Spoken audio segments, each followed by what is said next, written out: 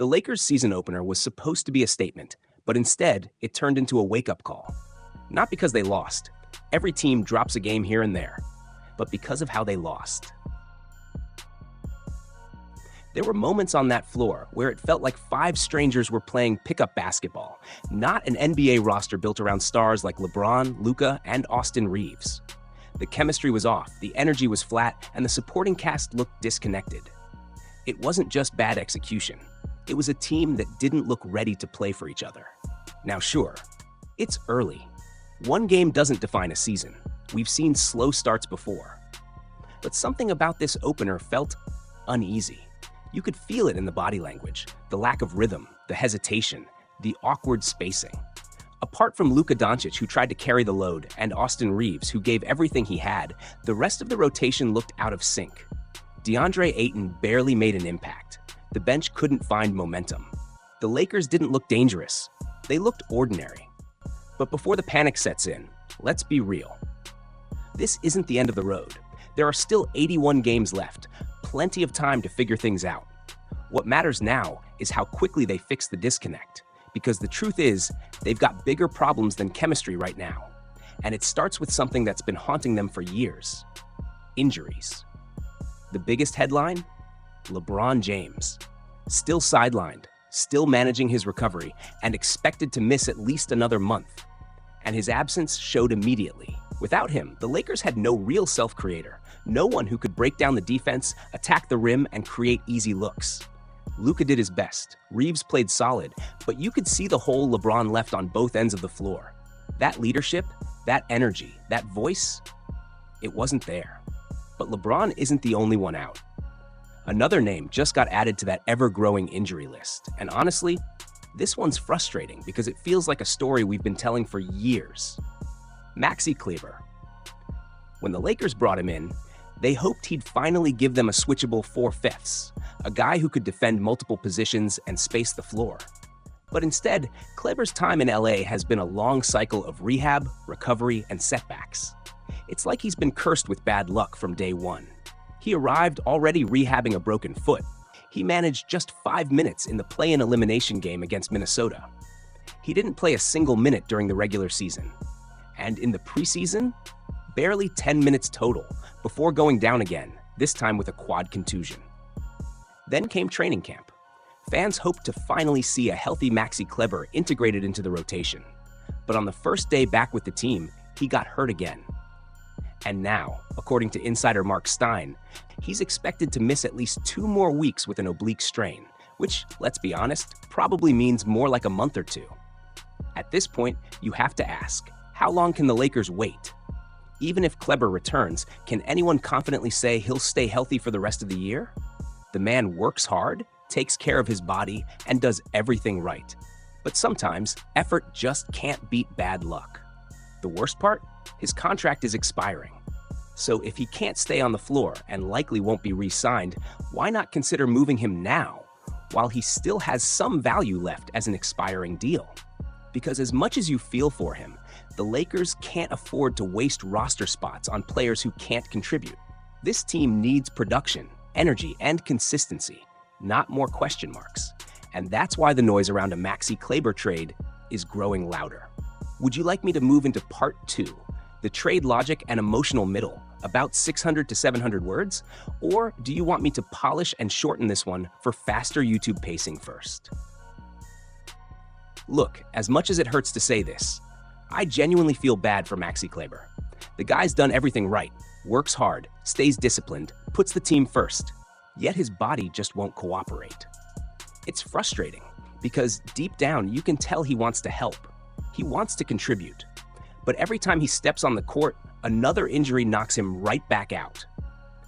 And honestly, it's tough not to feel bad, especially when you remember how close he was with Luka. These two have been teammates for 8 years, built real chemistry on and off the floor. Trading him would sting. But if we're being real, sentiment doesn't win games. The Lakers need production right now, not memories. And if Kleber can't stay healthy long enough to make an impact, it might be time to finally move on. Now here's the problem. It's not like teams are lining up for trades this early in the season. Most front offices are still evaluating, still waiting for the right moment to shake things up. So the only real trade partners you'll find are rebuilding teams, those looking to offload salary and stack picks, and that's where Kleber's expiring contract suddenly becomes interesting.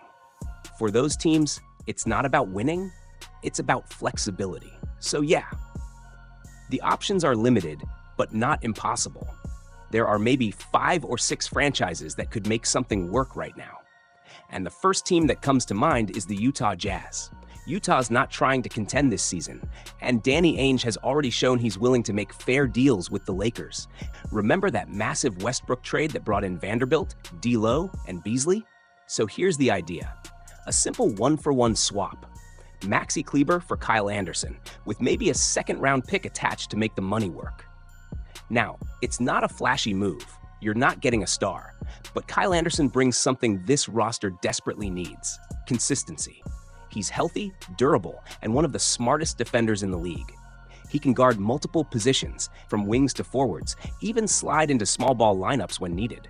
Last year, he quietly hit 35.7% from 3. Not high volume, but reliable spacing. More importantly, he's a leader. He doesn't complain about minutes, doesn't chase stats. He just plays his role, defends hard, and keeps everyone locked in. That's the type of glue guy this locker room could use. But if the Lakers want to get younger, someone with more upside, then maybe the move is with the Charlotte Hornets. A potential swap for Josh Green makes sense here. Now, Green's also recovering from an injury, but he's expected back soon, probably within a week or 2, unlike Kleber, who could be sidelined for another month or more. Green's only 24, compared to Kleber at 33, and he's already proven to be a solid rotation player. Last season, he averaged 7.4 points per game while shooting 39.1% from 3, and he's played over 60 games in back-to-back years. He's younger, more athletic, more durable, and fits perfectly next to Luka and Reeves, a 3-and-D wing who can run the floor and knock down open looks.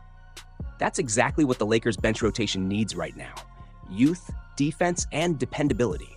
So whether it's a veteran stabilizer like Kyle Anderson or a young shooter like Josh Green, one thing's clear: it's time to make a move. Because the longer the Lakers wait, the more value they lose, and the more time they waste trying to fix something that's already broken. Now let's be real. Josh Green might not be an elite defender, but he's definitely solid. He reads passing lanes well, moves his feet, and brings real defensive energy to every play. Averaging over 1 steal per game in just 28 minutes last season, he's a difference maker on both ends. Sure, he's injured right now, but it's a short-term setback, not a long-term issue. Once he's back, he can offer much more to Dallas than Maxi Kleber can at this stage of his career. When you think about building for the long haul, for Luka's prime, you've got to invest in younger, healthier players who can still evolve. Josh fits that mold perfectly. That's what makes this trade idea not just logical, but smart business for the Mavericks' future. But let's switch gears. What if Dallas wants front-court help instead? Someone who can do what Kleber once did, but with more upside? Enter Jalen Smith from the Chicago Bulls. He's just 25, still scratching the surface of his potential, and can stretch the floor while protecting the rim. Unlike Kleber, whose body seems to be breaking down, Smith's game is trending upward. The trade wouldn't come cheap, probably a future first-round pick swap, but the upside is massive. Smith averaged just 15 minutes per game last season, yet still blocked nearly 1 shot per game. Per 36 minutes, that's close to 2 blocks. Elite-level rim protection for someone who can also hit threes. And when you consider he once shot over 42% from deep during the 2023-24 season, you realize he's not just a shooter. He's a legitimate floor spacer. Plus, he's athletic around the rim, catches lobs, finishes through contact, and doesn't need heavy touches to be effective. That's exactly the kind of big man who fits next to Luka. Now imagine expanding that deal, pairing Jalen Smith with a defensive guard like Ayo Dosunmu. That's where things start to get really interesting. Dosunmu is on an expiring contract, and with the Bulls' front office being, well, let's just say financially cautious, he could quietly be on the trade block. A 2-player deal involving Kleber, rookie Jaden Hardy, and maybe a pick swap could work for both sides. It's the kind of move that upgrades Dallas immediately and secures long-term depth. Io is just 25, defends the perimeter like a pit bull, and can switch across multiple positions. He's also improved his three-point shot and can play both on and off the ball, an ideal fit next to Luka. When LeBron's not playing, this kind of player could even start and handle the pressure. The duo of Jalen Smith and Ayo Dosunmu gives the Mavs the athleticism, shooting, and defense they've been missing all season. But let's not ignore reality. The market right now isn't wide open. Most teams are still figuring out who they are before the trade deadline. There are potential names like Haywood Highsmith, who's a strong 3-and-D option, but he's hurt and recently had a setback. That probably pushes any move involving him closer to February. Then there's Matisse Thybulle from Portland, another elite defender, but the Blazers don't seem ready to blow it up just yet. Maybe later in the season they'd consider moving him, but not right now. So yeah, the window for a trade today is narrow. Still, with Kleber hurt again and his production dipping, Dallas can't afford to just sit and wait. You don't want Luka entering another postseason with the same rotation gaps, depending on players who can't stay on the floor. Whether it's Jalen Smith, Josh Green, or a younger frontcourt piece, the Mavs need to strike early, before other teams start shopping similar players and drive the prices up. So here's the question. Do you ride it out and hope Kleber returns to form, or do you make the tough call and move him now while there's still some trade value left? Because if we're being honest, time isn't on Dallas's side. Every game matters in a brutal Western Conference, and a single injury can shift the standings overnight. So, Ball IQ fam, what do you think? Should Dallas look to make a move now, or wait and gamble that Kleber comes back strong? Would you rather take a flyer on a younger piece like Jalen Smith or a versatile wing like Josh Green? Drop your thoughts below. I want to hear what trade you think keeps Luka and the Mavs competitive this season and beyond. This situation is far from over, and with the trade deadline creeping closer, things could get real interesting real fast. So stay locked in, because the next move Dallas makes might just define the rest of Luka's prime.